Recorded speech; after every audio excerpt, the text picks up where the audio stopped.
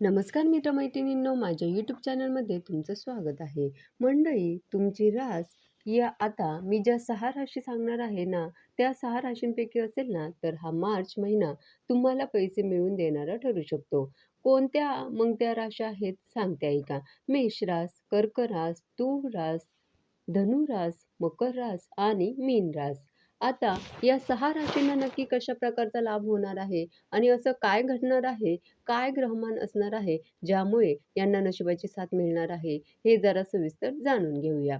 14 मार्चला सूर्य मीन राशीमध्ये प्रवेश करणार आहे. त्यामुळे शनी आणि सूर्य एकमेकांच्या जवळ आल्याने शनी अस्तंगत होणार आहे. कारण जेव्हा एखादा ग्रह सूर्याच्या अगदी जवळून गोचर करतो किंवा सूर्याच्या जवळ येतो, तेव्हा तो ग्रह अस्थित होतो, अस्त होतो. आता हा जरा ज्योतिषशास्त्राचा भाग झाला.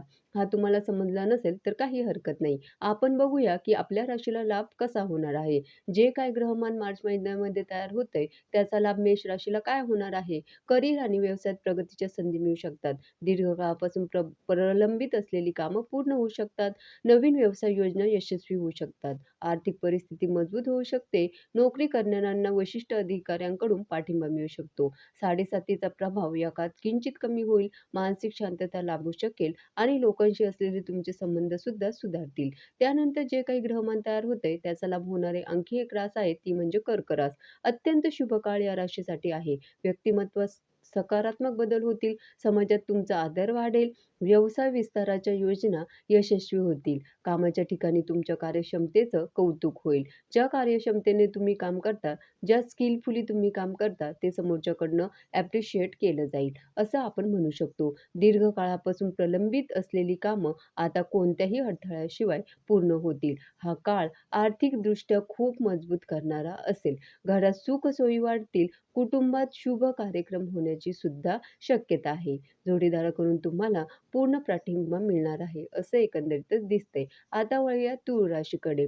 कामात प्रगती तर होणारच आहे तूळ राशीच्या लोकांच्या, पण खर्च तुमचा जरा जास्त होणार आहे आणि तो खर्च सुद्धा योग्य कामासाठी होणार आहे. त्यामुळे फारसा तणाव घेण्याची गरज नाही. योग्य नियोजनाने काम तुम्ही सहज पूर्ण करू शकाल.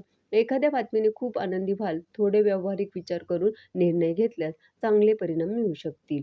जीवन सुधारेल. भावनांवर नियंत्रण ठेवल्यास सकारात्मक परिणाम मिळू शकतात. आता वळणार आहोत धनुराशीकडे. तसे तर धनुराशीचे लोक नेहमीच उत्साही असतात, पण हा काळ तुमचा उत्साह आणखीन वाढवणारा असेल. रखडलेली कामं गती घेतील. नोकरी करणाऱ्यांसाठी प्रगतीचे मार्ग खुले होतील. स्पर्धा परीक्षांची तयारी करणाऱ्यांना, विद्यार्थ्यांना त्यांच्या कठोर परिश्रमाचे फळ मिळेल. उत्पन्नाचं नवीन साधन समोर येऊ शकतं किंवा उत्पन्नाचं नवीन स्रोत उदयाला येऊ शकतात. आर्थिक परिस्थिती सुधारेल. प्रेमसंबंध अधिक दृढ होतील. जोडीदारासोबत तुमचा सुसंवाद वाढेल. आता वळूया मकर राशीकडे. मकर राशीच्या लोकांना त्यांच्या कारकिर्दीत नवीन जबाबदाऱ्या मिळू शकतात. कठोर परिश्रमाने सकारात्मक परिणाम दिसतील. नोकरी करणाऱ्यांना पदोन्नती किंवा नवीन नोकरीच्या संधी दिसतील.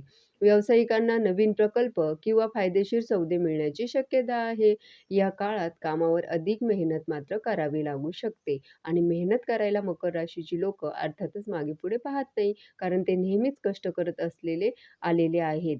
त्यामुळे मेहनतीचे यश ही रास खेचून आणते, असं आपण म्हणू शकतो. आता वळूया मीन राशीकडे. मीन राशीच्या लोकांना मान्य आहे 7.5 चालू आहे. पण शनीचं अस्त होणं त्यांच्यासाठी नशिबाची साथ देणारं ठरेल. नोकरीच्या शोधात असाल तर संधी मिळू शकतात. वरिष्ठ असतील, तुमचे शिक्षक असतील, त्यांचे मार्गदर्शन तुम्हाला उपयोगी ठरेल. गुंतवणुकीतून नफा मिळण्याची ही योग्य वेळ आहे.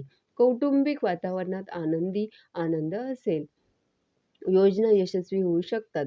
कामाच्या ठिकाणी आदर वाढू शकतो. व्यावसायिकांना विस्ताराच्या नवीन संधी देखील मिळू शकतात. एकंदरीतच मीन राशीच्या लोकांचा ताण थोडा कमी होईल आणि प्रलंबित अडकलेली कामं पूर्णत्वाकडे जाऊ शकतात. धन्यवाद.